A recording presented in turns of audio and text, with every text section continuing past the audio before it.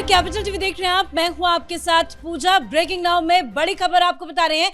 शुभेंदु अधिकारी लगातार बैठक करके ताबड़तोड़ फैसले ले रहे हैं और इसी बीच बड़ा फैसला ये सामने आया है कि पश्चिम बंगाल में एसआईआर के जरिए जिन लोगों का नाम कटा है उनको सरकार की किसी भी योजनाओं का फायदा नहीं मिलेगा। तो इससे जुड़ी तमाम बड़ी अपडेट आपको बताएंगे। मेरे साथ जुड़े हुए हैं कैपिटल टीवी के editor in chief doctor Manish Kumar और एग्जीक्यूटिव एडिटर राजीव जी। सर, क्या बड़ा फैसला एक बार फिर से शुभेंदु अधिकारी ने लिया है? ये बड़ा फैसला नहीं है, ये बड़ा हाहाकारी फैसला है।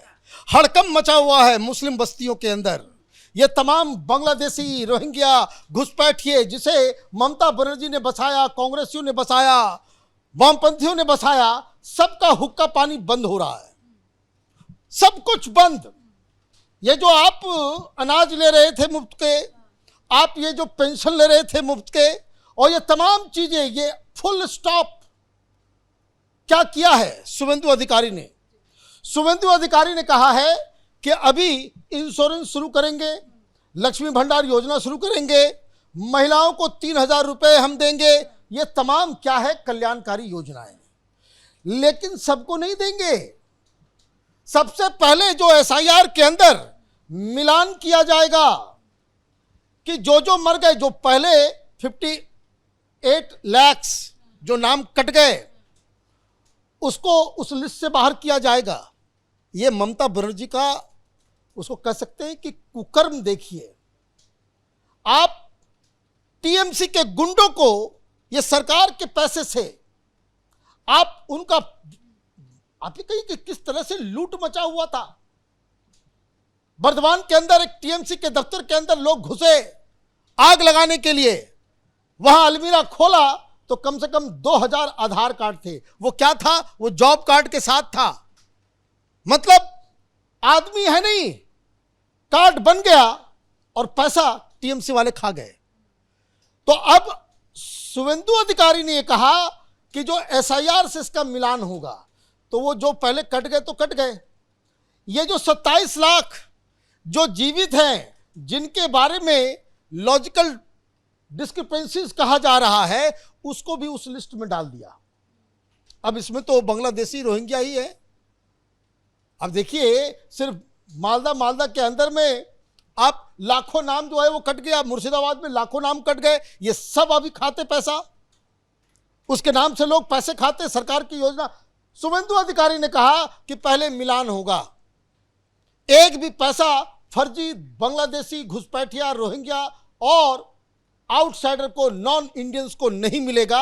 और इसका अब क्या उपाय कि जो 27 लाख है, इस 27 लाख लोगों को भी उसी लिस्ट में डाल दिया गया। अभी 27 लाख में तो अभी लॉजिकल डिस्क्रिपेंसीज बताया जा रहा है और उसके लिए ट्राइब्यूनल बनाया गया है। तो आपको मालूम है 27 लाख में मात्र 1700 केस ही आए हैं, बाकी सब भाग गए हैं। उसके ऊपर अब जैसे जैसे वो क्लियर होगा वैसे वैसे आप जुड़ेंगे। लेकिन चूंकि आप डाउटफुल लिस्ट में ऑलरेडी हैं, आपकी आइडेंटिटी सवालों के घेरे में है, इसीलिए शुभेंदु अधिकारी ने कहा कि इन घुसपैठियों का जो 27 लाख घुसपैठिए हैं, उसके अलावा 58 लाख के अलावा इनका दाना पानी बंद करना जरूरी है। बिल्कुल, टीएमसी के राज में हमने देखा था कि किस तरह से राज्य सरकार के पैसे का गलत इस्तेमाल होता था। उसी को रोकने की तैयारी है?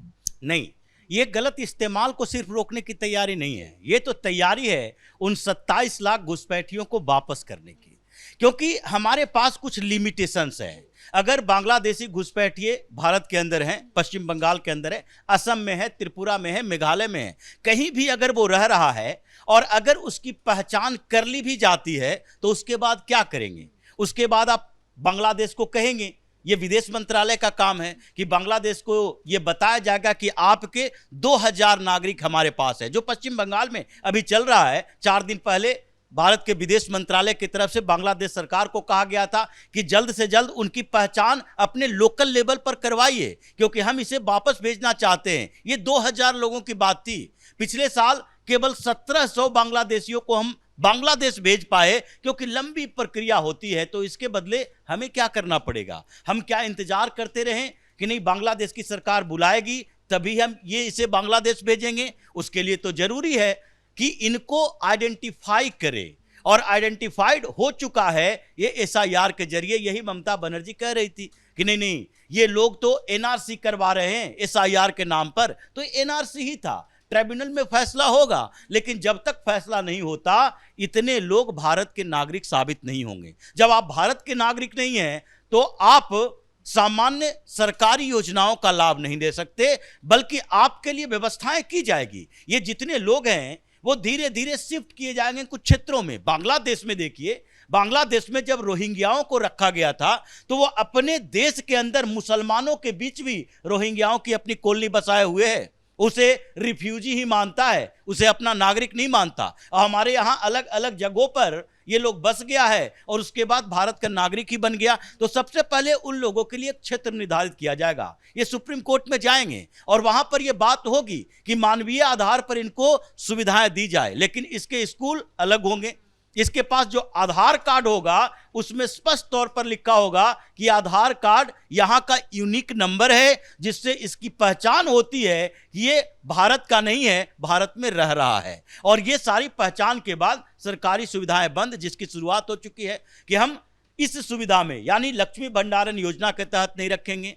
उन महिलाओं को जो 3,000 रुपया देने वाले हैं उसमें क्राइटेरिया ही होगा कि उसमें उन लोगों का नाम नहीं हो सकता जो एसआईआर की प्रक्रिया से बाहर हो चुके हैं। अब उसके बाद ये और फरमान आया कि इन लोगों का जिसका नाम है, जितने बैंक्स हैं वो बैंक अकाउंट वेरीफाई करे और उसके खाता सीज किए जाएं, क्योंकि उसमें जब सरकार का पैसा नहीं जाएगा, आप इलीगल तरीके से यहां रह रहे हो तो भारत के बैंक में आपका खाता नहीं होना चाहिए। और उसके बाद प्रधानमंत्री आवास योजना के तहत वो घर घर में छोटी सी जमीन दे दी है। गांव के अंदर 1000 मुस्लिम बस्ती लोगों की बस्तियां हैं और उसमें 200 लोग ये बांग्लादेशी बसा दिए और उसको प्रधानमंत्री आवास योजना के तहत घर बनाया जा रहा था टीएमसी की सरकार में। तो ये सारी सरकारी योजनाओं का लाभ खत्म, इन लोगों के एक दायरे में रखा जाएगा जिसे अब ये डिटेंशन कैंप कह लें या शरणार्थी शिविर कह लें, रिफ्यूजी कैंप कह लें। और उस जगह पर फिर इन लोगों के लिए छोटी सुविधा के साथ बताया जाएगा कि अगर इस माहौल में रहना है रहो, और नहीं तो फिर बांग्लादेश का रास्ता तुम्हारे लिए खुला। डिटेंशन कैंप की भी तैयारी हो रही है क्या? क्योंकि पश्चिम बंगाल में अगर देखें तो कई लंबे लंबे किलोमीटर तक मुस्लिम बस्तियां बसी हुई है। अब जब सरकारी योजनाओं का लाभ नहीं मिलेगा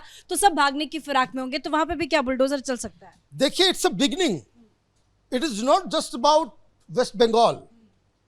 ये तो ऑल इंडिया लेवल पे एक्शन की तैयारी शुरू हो गई। नोएडा में कोई बांग्लादेशी पकड़ाता है, क्या कहता है कि हम मुर्शिदाबाद के हैं, हम बंगाल के हैं, हम यहाँ के हैं।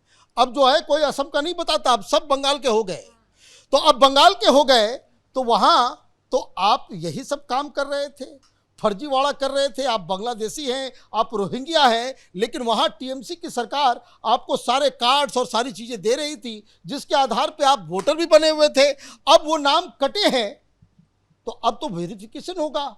अब वेरिफिकेशन होगा तो अब इसका मतलब ये है कि देश के अलग अलग राज्यों से भी ये बांग्लादेशी जो पकड़े जाएंगे और वो कहेंगे कि हम बंगाल से हैं, ये हमारा आधार कार्ड, ये हमारा आइडेंटिफिकेशन, ये है हमारा बैंक अकाउंट, तो ये तो वैसे भी फिर जाकर के फंसेंगे। अभी तक वो दिल्ली पुलिस किसी को पकड़ती थी, वो नहीं पकड़ पाते थे। क्यों? वो कहते थे कि ये देखिए मेरा आधार कार्ड है। अब किसी के पास आधार कार्ड है, उसके पास इलेक्शन कार्ड है, उसके पास राशन कार्ड है, how can you arrest, how can you detain? कोई कानून ही नहीं है। लेकिन अब वेरिफिकेशन होगा और जैसे ही ये सारी चीजें, दिक्कत क्या है, ये जमाना बदला हुआ है। ये सारे जो लॉजिकल डिस्क्रिपेंसीज निकाले गए हैं, किससे निकाले गए हैं? एआई की मदद से निकाला गया है, सॉफ्टवेयर की मदद से निकाला गया है। अब तो दिल्ली पुलिस के हाथ में भी वो सॉफ्टवेयर आ जाएगा, वो ओखला में पकड़ेंगे बांग्लादेशी को और वहां पे खटाक करेंगे और मालूम चलेगा कि नहीं तो रेड कार्ड है, ये तो फर्जी वाला है। तो आप डिजिटली आपको कैच किया जाएगा और उसके बाद डिटेंशन कैंप नहीं।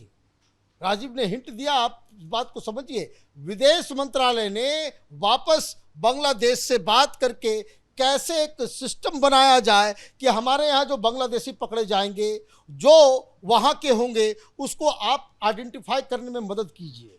हो सकता है कि आगे चल करके हम उसको भगाएं नहीं, लेकिन हिंदुस्तान में रह करके उसके सिर पर ठप्पा जरूर लगा रहेगा कि ये बांग्लादेशी है। वो हिंदुस्तानी बनकर हिंदुस्तान के रिसोर्सेस को नहीं लूट सके, हिंदुस्तान में रह करके हिंदुस्तान का जो है वो सारा सिस्टम, वो पॉलिटिक्स में तो समाज में वो पार्टिसिपेट नहीं कर पाए, ये इंश्योर जरूर हो जाएगा। बांग्लादेशी घुसपैठियों के खिलाफ तो लगातार एक्शन होगा ही, जिसका जिक्र बार बार शुभेंदु अधिकारी भी कर चुके हैं।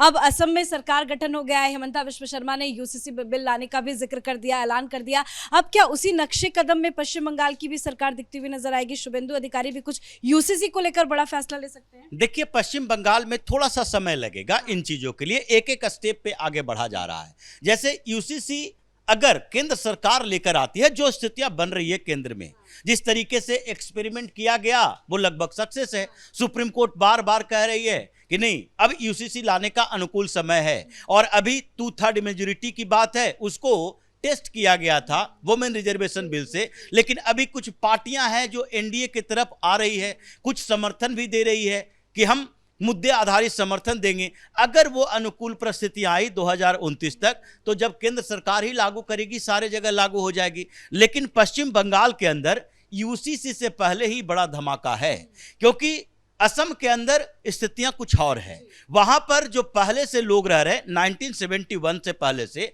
और असम एकॉर्ड के अनुसार जिन बांग्लादेशियों को यहां रहने का अधिकार दिया गया वो इलीगल नहीं हो सकते, और वो डेमोग्राफी चेंज करने में लगे हैं, तो वहां की परिस्थितियां थोड़ी अलग हो गई। लेकिन पश्चिम बंगाल में लीगल तो बांग्लादेशी है ही नहीं, ये सारे इलीगल लोग हैं जिसको मुस्लिम बस्तियों में संरक्षण दिया गया। और पश्चिम बंगाल में कम्युनिस्ट और ममता बनर्जी, ये दोनों की सरकारों में, यही ममता बनर्जी ये संसद में जाकर रोती थी, कागज फाड़ फाड़ के फेंकती थी कि जब तक बांग्लादेशियों को नहीं निकाला जाएगा कम्युनिस्ट पार्टी की सरकार खत्म नहीं होगी। और जब उनकी सरकार आई उन्होंने भी वही काम किया। तो अभी पहली प्राथमिकता यही है कि जो इन लोगों को एक ठप्पा लगाया जाए कि ये सारे लोग समझें, सोशल बाइकाट हो, बंगाल के लोग ही समझ सके कि ये बांग्लादेशी है, ये यहाँ का नहीं है। उसके बाद परिस्थितियां ऐसी होगी तो ये पुशबैक पॉलिसी भी है कि बॉर्डर के पास कहां से किन क्षेत्रों में भेजा जा सकता है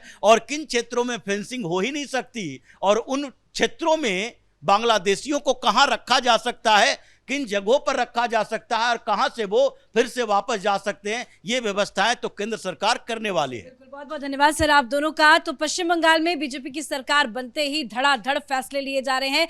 शुभेंदु अधिकारी लगातार एक्शन मोड में है। जितनी भी केंद्र सरकार की योजनाएं हैं उसे लागू किया जाएगा। राज्य सरकार की जो भी योजनाएं हैं उस पर एक के बाद एक मुहर लगाई जा रही है। और बड़ी खबर यह सामने आ रही है कि एसआईआर के जरिए जितने भी नाम कटे हैं उनको राज्य सरकार के किसी भी कल्याणकारी योजनाओं का फायदा नहीं मिलेगा।